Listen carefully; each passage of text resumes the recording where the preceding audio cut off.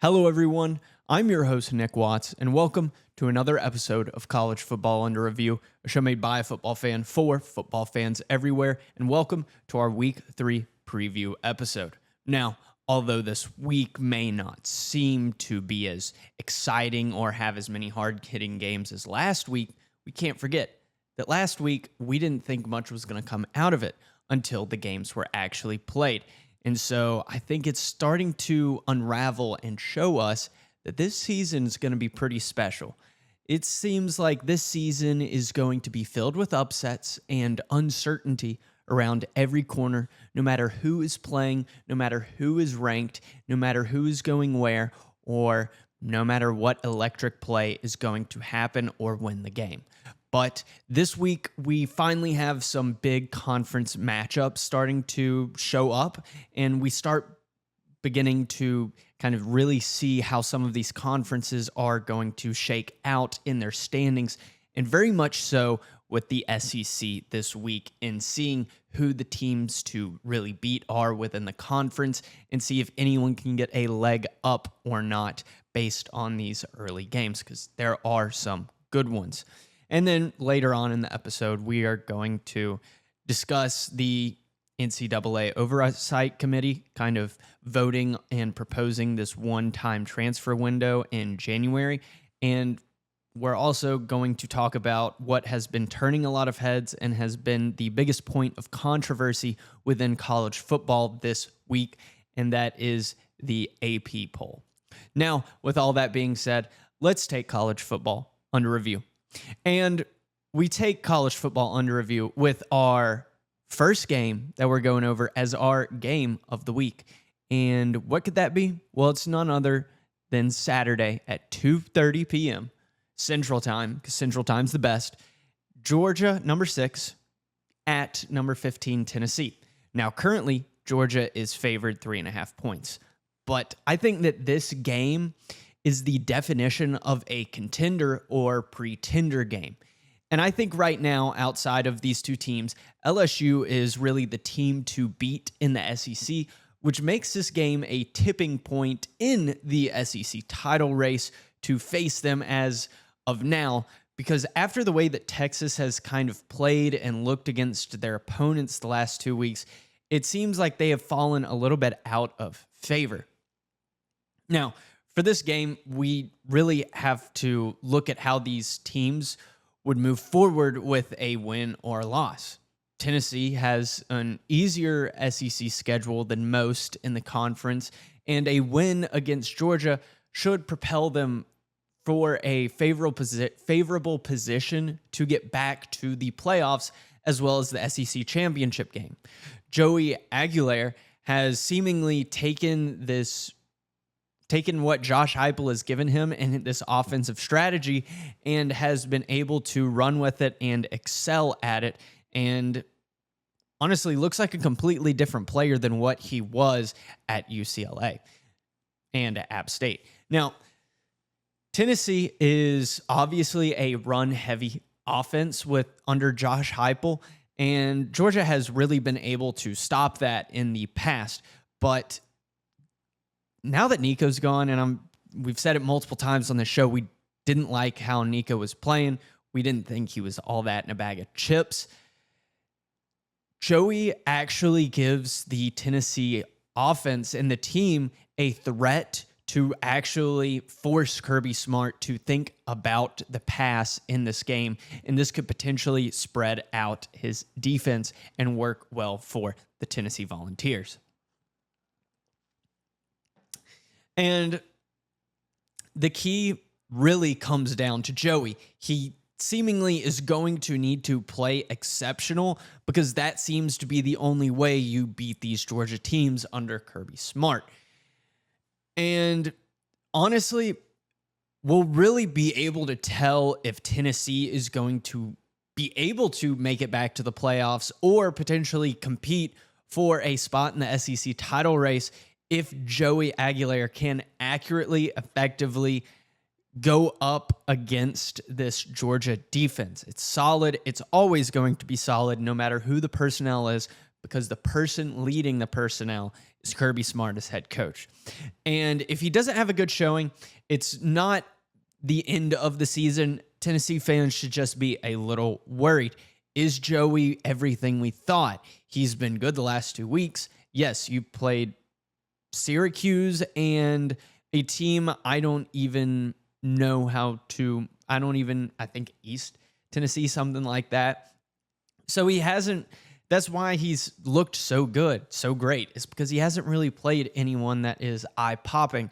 And this Georgia team is going to be an eye-popping schematic of a mess that he's going to have to be able to discern in that pocket. And if he is able to discern that, then this Tennessee team can be a threat the rest of the season. Now, Georgia, if they lose this, still really has the ability to be in the driver's seat for their season and determine their destiny. But how they lose could show us if this team with a much weaker, I don't want to say much weaker, but a little bit weaker defense than what we've used to see is still as dominant, or will they kind of have a backseat in the SEC playoff bid conversation or the title game if they lose this and they lose another game and they don't really hold the destiny. But I don't think that will happen. I think they have a manageable schedule that allows them to control their destiny moving forward. But if Georgia wins this game, there's nothing new other than Kirby Smart continues to show us that he's a competent and, how do I say this, disciplined coach when it comes to these crunch time games. And if they can go into Neyland Stadium, which is a very tough environment to play in, and walk out with a win, as a Georgia fan and the Georgia fan base as a whole, you have to feel confident that you are easily going to make the playoff again and that you could probably make a run for the semifinals or national championship. And I think a lot of it will rest on how Gunnar Stockton plays. The Georgia offense has seemed a little bullish, especially against Austin Peay last week, not doing anything insane. And overall for this game, if Kirby can win this game and have a defense that, like I will say again, is schematically sound and really fights till the end, which I think they will because he has really the same Saban mentality, I will say this, as a Bama sexual, that a win like this for Kirby will just show us again why he is the quintessential Luke Skywalker to Nick Saban's Yoda. And when you put anyone against Kirby, no matter who is on the other sideline, Kirby will always have the discipline and mental fortitude to find a way to win. And it's almost like the same mentality you have when we used to play against Bama in the Saban era. Sad to say, but yes, just because it's gone. But it's starting to feel that way with Kirby. And no matter who you put in front of him, the dogs are just going to eat. So give me the dogs, and going in and winning, in my opinion, against this Tennessee team, I think they will kind of just slowly suffocate Tennessee in kind of going halfway from the third quarter into the fourth quarter. Now, Tennessee, they've got a great team. They finally have the running and passing attack that they have been wanting that is deadly. So they need to go out and implement it if they want to win this game. And I think they can, but I have to choose Georgia because Kirby Smart is still the head coach, and Kirby Smart is a dang good coach. Now, the next game is Saturday at 3:30 p.m.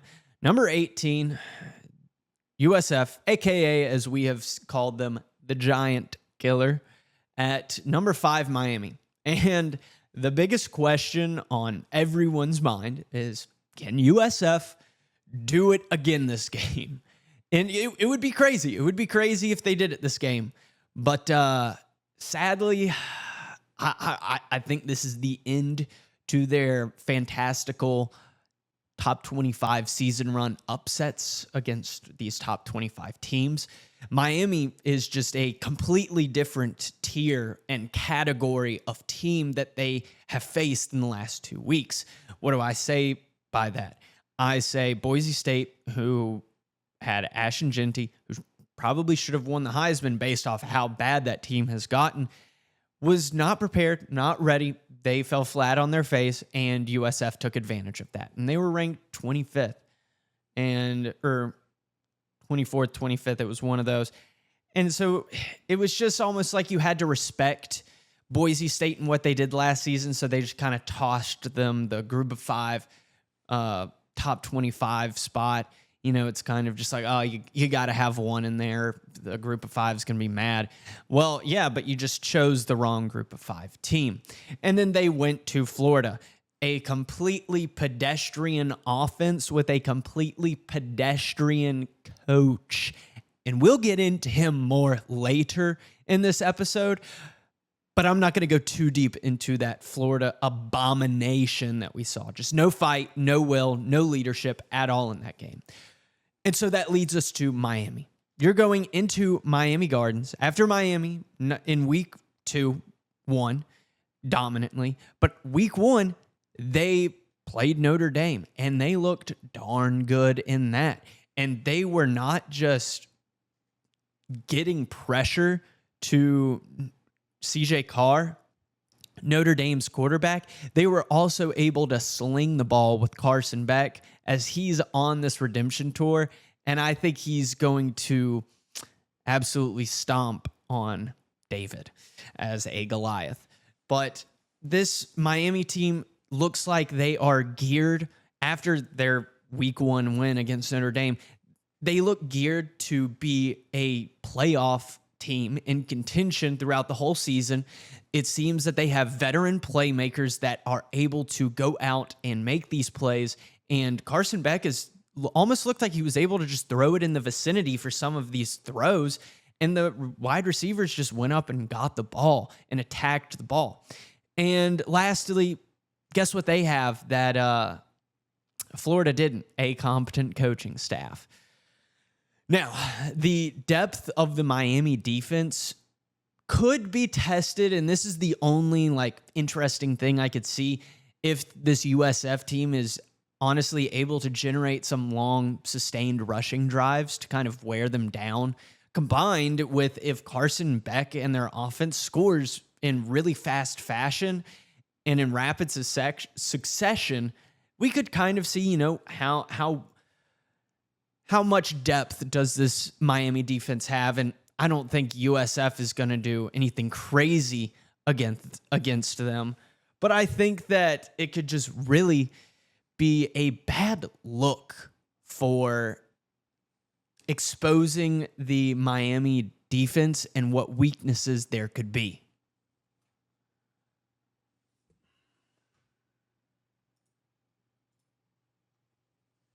Had to get that logo back up, man. God. Modern technology, sometimes it just kills me. It just kills me. But back to the game. Yeah, I think Miami is going to run the brakes off USF. I think that's how the saying goes. It's either that or the car is just going to completely break down, because I think the USF hype train will not die, come to a screeching halt.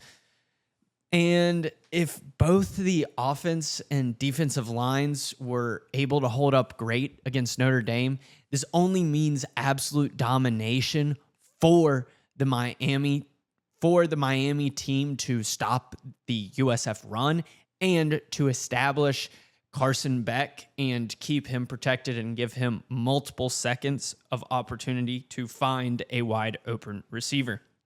Now, the USF hype train, will it die completely?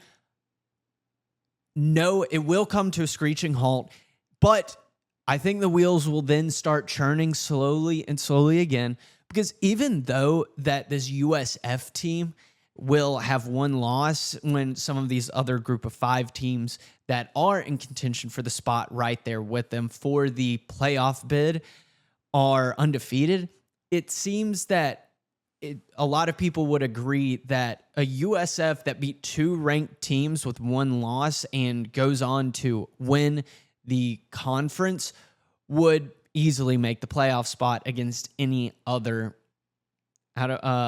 group of five team that was undefeated. Now, what is very interesting is that USF and Tulane are two of the top teams, in our show's opinion, to make that playoff spot as of now. They could be potentially playing in the conference championship for that spot. So it's definitely interesting to watch, but the Hurricanes are going to just blow USF right out of the water. And then Saturday, our kind of third super highlighted game.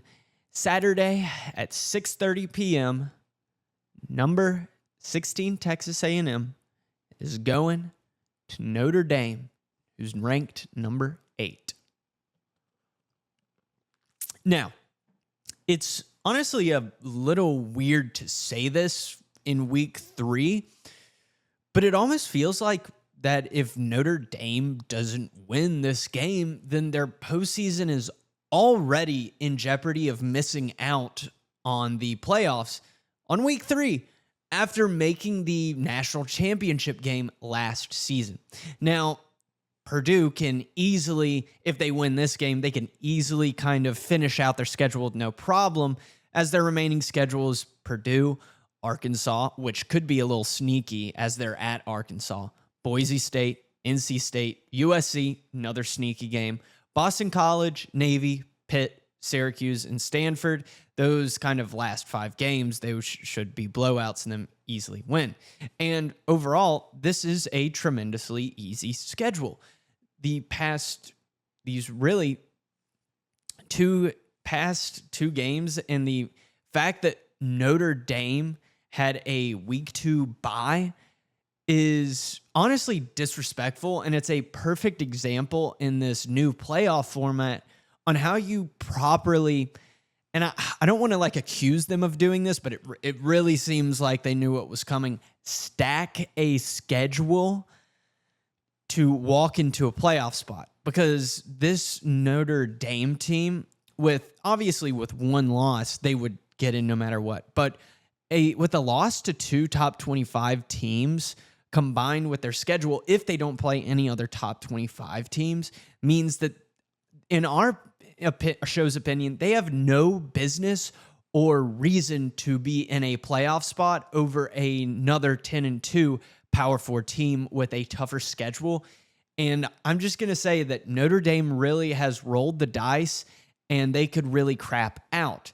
This is like a catch-22. You've got Notre Dame as one of the only teams that has said, traditionally, we're non-conference, we're going to stay non-conference, and that gives them a lot of benefits. They are able to have their own broadcasting deal. They don't have to rely on a conference. They have a deal with NBC, and they also get to choose their schedule. And it's a little fearful to see, could Notre Dame abuse the power they have with being able to choose their schedule? Because sometimes it could bite them in the butt, like it's happening here. They were probably thinking, we just got to win one of these games, and we are in playoff contention, and we have a easy slate the rest of the season. Because let's not forget, too, this could possibly be the last year that them and USC play against each other. But I hope that that is not the case, because that is such a long-standing rivalry. But it just shows us another reason that schedule stacking could possibly become a problem in the future. Now, I can say this confidently, though, that if Notre Dame wants to win, then give Jeremiah Love the football for he is a perfect complement to CJ Carr, and he allows the ability to open up short yardage RPOs and forces the Texas A&M defense to actually commit linebackers to a stronger run game than what Miami had to show them. And you want to say, well, yeah, anyone could say, give the ball to Jeremiah Love more. I mean, who'd be an idiot not to? Miami, Jeremiah Love, his stats against Miami were 10 rushing attempts for 33 yards, and the team rushing total was below 100. They need to get him back in the game and back into a great slot and a great player that contributes a lot in their team. And I'm not saying this because I had him in my top 5 Heisman favorites. I'm saying this because he is a great player and he is a great face of this program to take away from CJ Carr and make them commit to the run defense even more. Now, on the Texas A&M side of the ball, before I get too heated, this is a team that is in a much better spot going against Notre Dame than how they were compared to last season. As guess what? They actually know who their quarterback is, and they know he's great. And it is none other than Marcel Reed. And I think that this team, year 2 into Mike Elko's tenure, looks so much more confident than what they did last season. Now, the defense hasn't shown it tremendously why they are more confident, but this could be the game that really, lights a fire under their butt.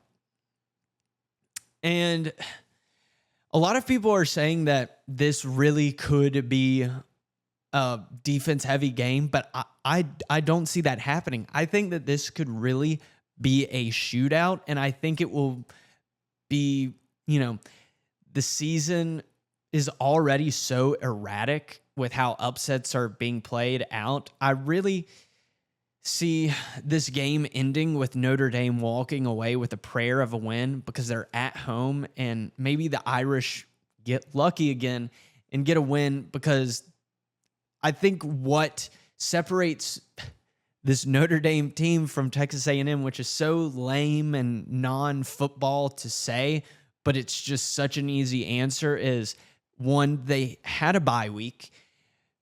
2, they're at home. And they are a 6.5-point favorite. And 3, this is a must-win game for them. They are going to put it all out on the line. So I am going with Notre Dame, even though a lot of me wants to say Texas A&M. But Notre Dame, I feel like, is going to scratch and claw their way in this game to attempt to keep their playoff hopes alive. Now, to our other notable games that are going to be happening around the country this weekend. Saturday at 11 a.m., number 12 Clemson is at Georgia Tech, and this is a game we have talked about in our ACC preview. And oh brother, that's all I have to say about this game, because this could be the beginning of a slow death for Clemson and what this program stood for this, not even season, but obviously the season, but also kind of like the waning Dabo years possibly, because I think this Georgia Tech team is the same type of team as last season, and they've only gotten better. They've retained players, they've retained coaches, and they are retaining, or not retaining, but keeping. I keep saying retaining and keeping like they've had it all this time, but they get home field advantage. That's what I'm trying to say. And I'm a real stickler for home field advantages this season, unless you are just not a good team. But Clemson will, even though they were down 16-0 to Troy, Clemson will probably come out playing a lot stronger than how they played last week. Yet, if they actually aren't good, then this game is a perfect barometer test to show us what actually happened in their last 2 weeks. Just not really having a dominant offense and their defense playing lackluster play. Cade Klubnik has not really been as dominant as we thought he would be so far. The defense hasn't showed any improvement, as they have an enormous veteran crew returning from last season from an ACC championship and playoff game. And the fact that they have played this bad with both games at home really spells disaster for this road game if they have not figured out what is going on with that offense. And I think Jabo just needs to let his offensive coordinator call the shots. But I wouldn't be going to Georgia Tech and looking at Georgia Tech. I know that Haynes King has had a little bit of an injury from that Colorado game. I wouldn't be too nervous about the Haynes King injury. It seems like he has had some participation in practice, and we also have to agree that their backup, Aaron Philo, is playing just fine. Yeah, he threw one touchdown and one interception against Gardner-Webb last week, but he was 21 for 28 and 373 yards. What does this say? It says that he is still able to run the offense, and Brent Key is able to run the same offense no matter who is the quarterback. And he kind of did this last year, putting both of them in when Haynes King would get worn out. So it's not like Aaron Philo doesn't have a lot of game reps. He does. And so I think that with or without Haynes King, if, he gets re-injured or he has to come out a lot, they are going to be able to rely on Aaron Philo and honestly probably disrupt this Clemson team a lot more if both of them are able to keep fresh legs out on the field. And so with the game management that Georgia Tech has in their style of play, I think it will help Clemson a little bit just because of how bad Clemson has played. But I like Georgia Tech a lot in this game, and I am going to go with Georgia Tech in this game, even though the Clemson is 9.5-point favorites the last time I checked. I just like Georgia Tech. I like Brent Key. Give me Georgia Tech. Now, the next game, Saturday at 11 a.m., we've got Wisconsin at number 19, Alabama. Now, this one's pretty short because I think Luke Fickell's Wisconsin is not what it used to be. He tried to change up their scheme, tried to change up their culture. Didn't work out. Big shocker there. And he's coming into Alabama. Alabama stomped him last year. I think Alabama's going to stomp him again because of home field advantage. But I think that Alabama could be in a dangerous position for this first half. And you say, what kind of dangerous position? They need to make sure that they don't kind of have a game that happened to Arizona State against Mississippi State. And they need to make sure it doesn't happen. And what I say by that is they don't need to go into this game thinking that they're going to win, like Florida State probably, and Wisconsin starts to get a lead, and Alabama has to fight from behind and continue to fight to get the lead. Now, I highly doubt this will happen, but Bama played bad week 1, and week 2, they seem to have playing such a much different brand back to the Bama way, a much better brand of football that is hard-nosed, going to fight the whole game. Even though it was against University of Louisiana Monroe, the question is, are they going to play like they're satisfied after a good week, or are they going to come into this game and continue to win in dominant fashion, or are they going to get stuck in this cycle of mediocrity? As a Bama sexual, as a Bama fan, I hope it is not the cycle of mediocrity. But Bama is coming into this game as a 20.5-point favorite. So usually when we see games like this, it can get out of hand, but I think Alabama will win. I'm not gonna go out and say they're gonna dominate or anything like that, because we all know what happened last time I said that. Next game, anyways, Saturday, 6:30 p.m. Florida at number 3 LSU. So I got a little bit of a story time to set up this whole discussion. Labor Day weekend, I was watching the LSU Clemson game out and about, and I actually met someone. And this interaction was insane, and I'll tell you why. And I say insane because in the LSU fan base, I've only met some of the most boisterous, delusional, and downright dirty talking members of the LSU fan base. I've got a lot of LSU fans, think they're great people, know a lot of great people, but they're not great people when it comes to their football team. But I actually met a nice and calm LSU fan while an LSU game was on. And I say this is a little story time, a little interesting tidbit about my life, is because of this. This game is going to be the throat punch that Brian Kelly needs to blow to an SEC team. Now, what do I mean by delivering and giving a throat punch? Well, the LSU fans are ruthless. They are ruthless, and nothing more than they would like to see is destruction of another SEC program. LSU fans and this fan base would give nothing and would love nothing, in my opinion, for them to make them just destroy this Florida team in Death Valley, with one, getting revenge from last season, and two, if they can absolutely embarrass Billy Napier and this Florida team and be able to say, we got Billy Napier fired, then this LSU fan base may just fall back in love with Brian Kelly, because nothing would make them happier than claiming, yeah, we were the team to really put the nail in the coffin because we're just so dominant, so good, and we got Billy Napier kicked out. You're welcome, Florida.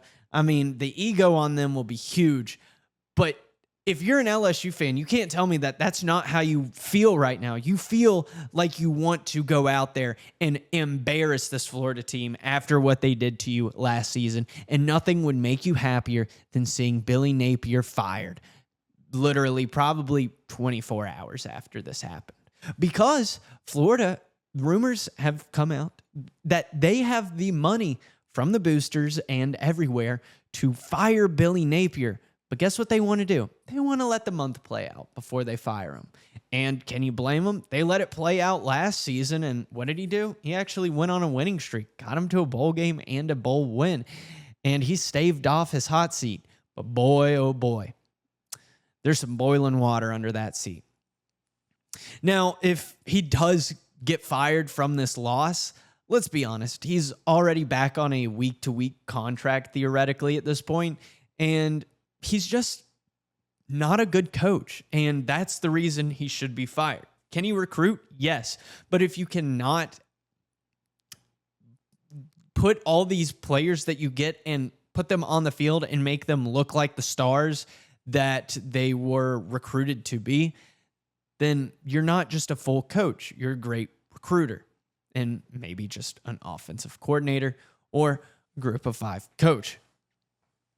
But this LSU team with Garrett Nussmeier and their defense is absolutely legit. And the way that Florida had played last week shows us that they have no fight, no drive for this season. I don't think it's because of Billy Napier. I think the team is behind Billy, but DJ Lagway needs to come and step up in a big way. And I've kind of just talked about the coach because I'm walking into this game and talking about it like LSU's just going to absolutely stomp Florida and send the Gators back home crying. And that's what I'm saying is going to happen. Give me LSU to destroy Florida in the swamp. And those fans aren't going to leave in the fourth quarter when they're killing them. No, they're going to stay, and they're going to be able to want to watch this team suffer.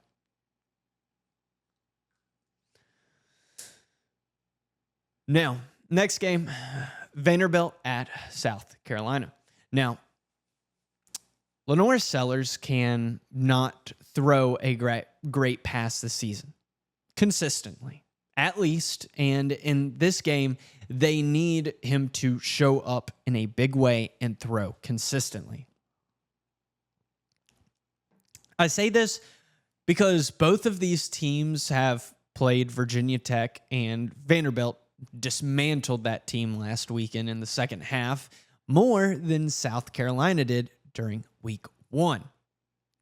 And both of these teams seem to show up in the second half of the games and give them the title, a second half team.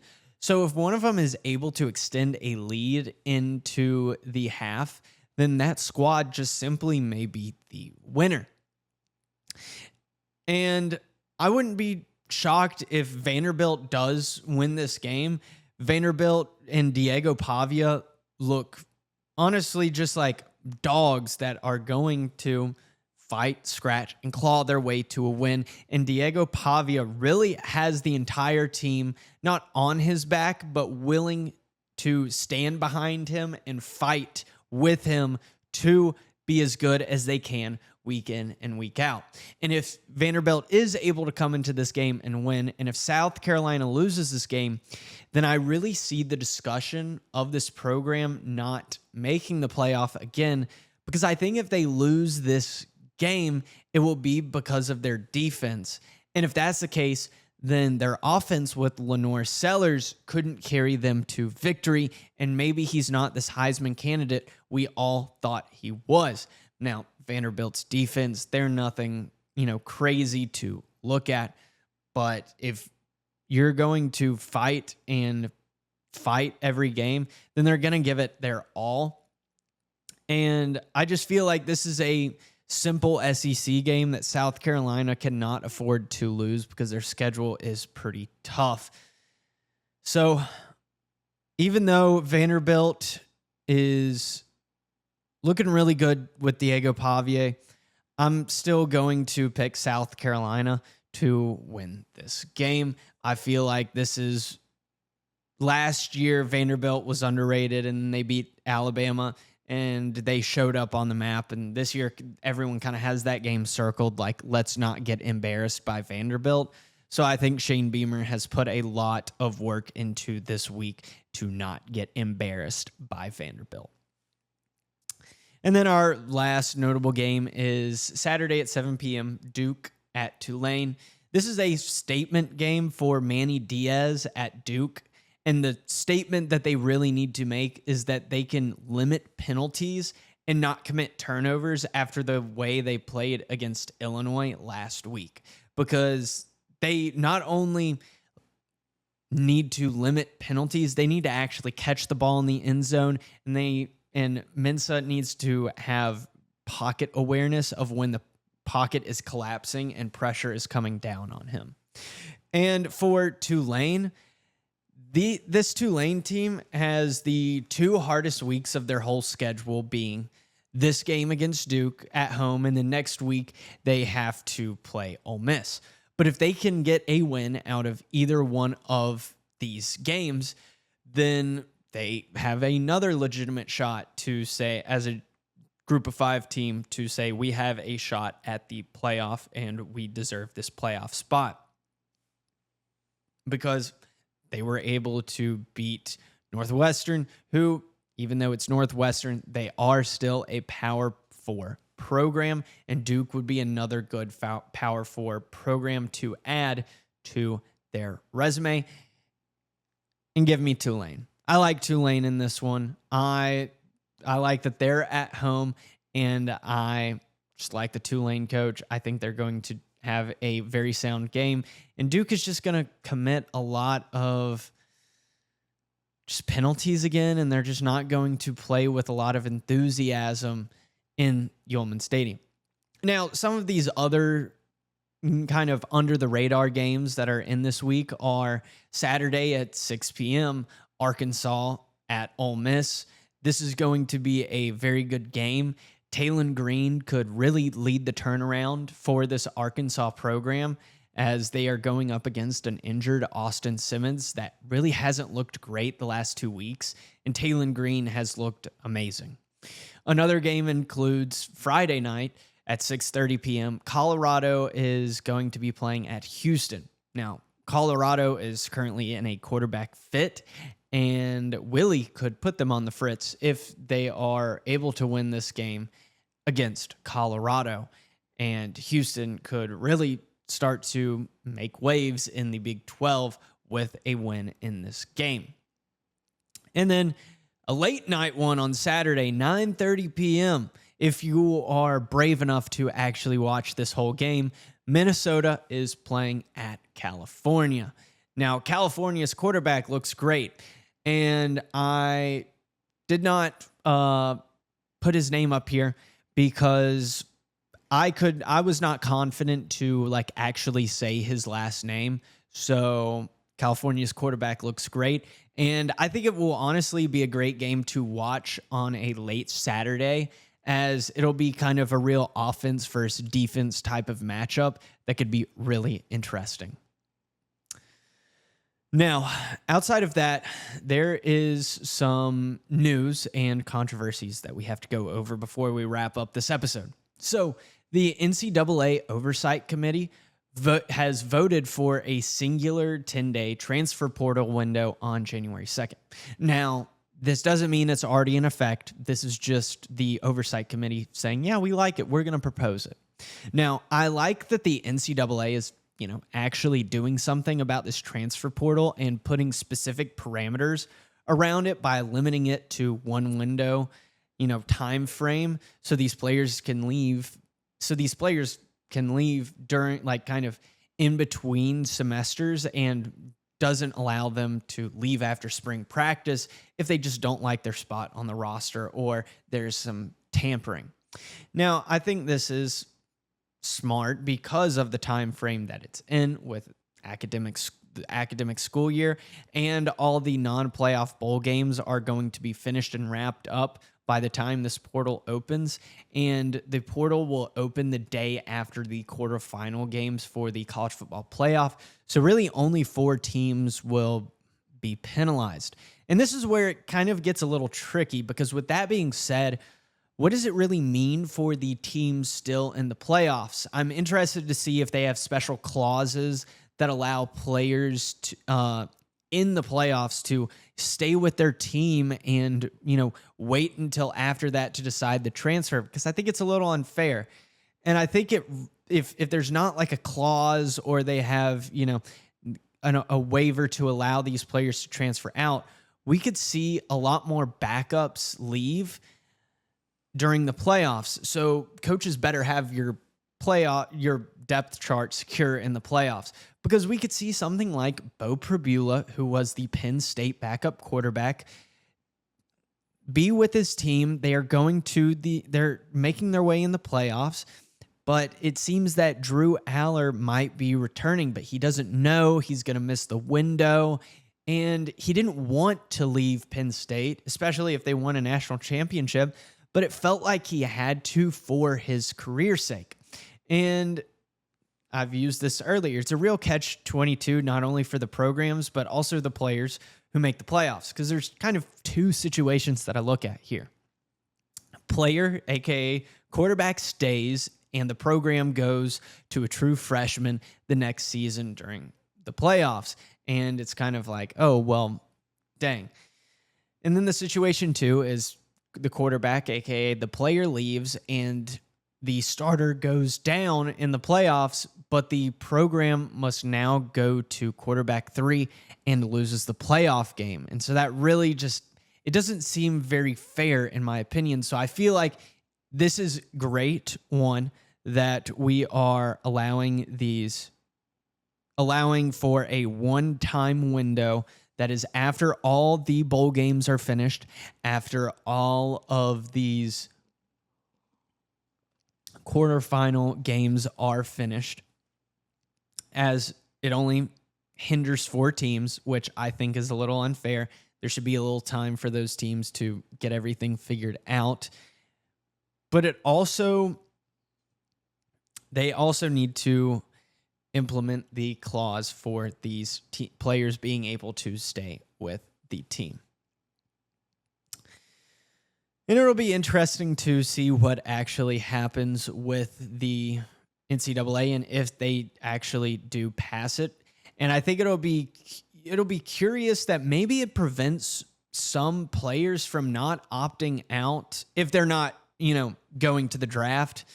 They may not opt out of bowl games and actually play it, and it kind of turns into this almost like combine type of game. I don't know. It's a weird thought that I have going on in the back of my head, that if this passes, I may explain it and flesh it out more, as it's really just being culminated in my mind as we speak.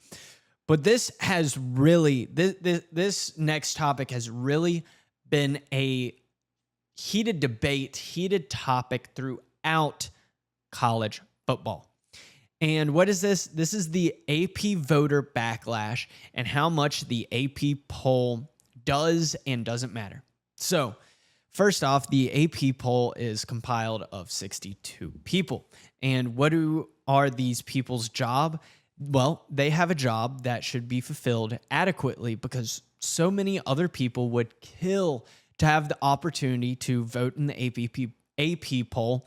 And the fact that this one person that does vote on the AP poll, who's a USC beat writer, Haley Sawyer, went on social media to discuss her kind of thought process and her kind of AP experience and, the entire situation. But she made it seem so nonchalant, which I didn't find cool. But outside of her and her actions, I'm not here to berate her or attack her in any ways because the AP poll at the end of the day is opinionated. And like anything that's opinionated, it can never truly be right. Can there be some clearly wrong? Possibly, but at the end of the day, nothing is right because it's opinionated. So how can you truly be mad at it? But what we can be mad at is the AP poll in general. But her whole controversy that really showed up is that she did this video and then everyone kind of was like, oh, okay, I wonder what she voted. Well, she had placed Florida up 2 spots in the AP poll after losing to UCF, and UCF still unranked. Well, here's my whole thought process on the AP poll. Guess what? Who cares what the AP poll says? Because with the playoff format, it only matters the first 8 weeks of the college football season. Now, what is criminal is that this is the same problem that is all throughout college football. The Heisman Trophy has had no one, and when I say no one really seems to discuss or is in discussion that really, it just really upsets me that we aren't having this discussion about the Heisman because this is an award that actually changes a young man's career and legacy. All the AP poll does is put an opinionated number next to a program.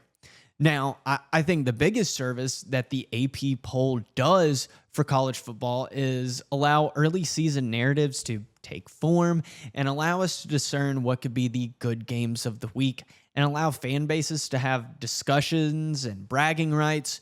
But we all have eyes and we can judge for ourselves who is good and who is not.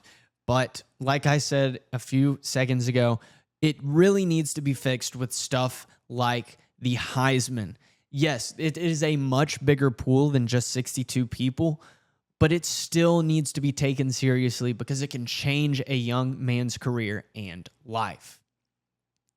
But outside of the AP poll, the College Football Committee is the one who determines who is and who isn't in the playoff, and not the absolutely preposterous poll. And yes, I understand that the College Football Playoff Committee kind of uses the AP poll probably as a baseline because if its committee is full of university presidents and athletic directors who probably don't spend every day researching football and watching film on these teams. But guess what? The decision is out of our control. So I'm not going to worry about that because I can't control it. And I would think it's easier and I would have more faith in a group of people to determine 12 teams accurately than 25 after a full season. And the College Football Playoff Committee hasn't done anything to dissuade me so far. And you may say, oh, because you're a Bama fan. No, it's just because they have made sound decisions. So overall, all we can do as fans of college football is really we can just express our opinions, and that's all we'll ever be able to do as fans as these higher ups gatekeep it from us, and we have no option but just to look up at them as they sit in their ivory tower. So if you want to make a difference, then I guess you're just going to have to be a university president or athletic director. So if you're listening out here and you care, get to work because I ain't being an athletic director.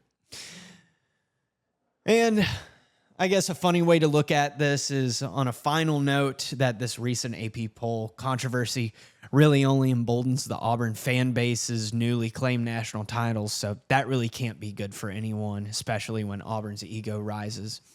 But our last kind of closing thought is obviously going to be who is in the Heisman hype seat after last weekend. We gave you our contestants this week.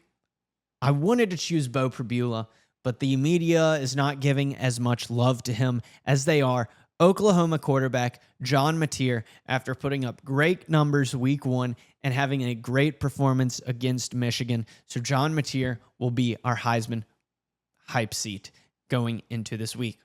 Now, this wraps up our entire week 3 preview episode. Sunday, like always, we'll have our recap episode as usual. I'm Nick Watts, and thank all of you for tuning in to this episode of College Football Under Review. And we'll see you next time when we take more college football under review.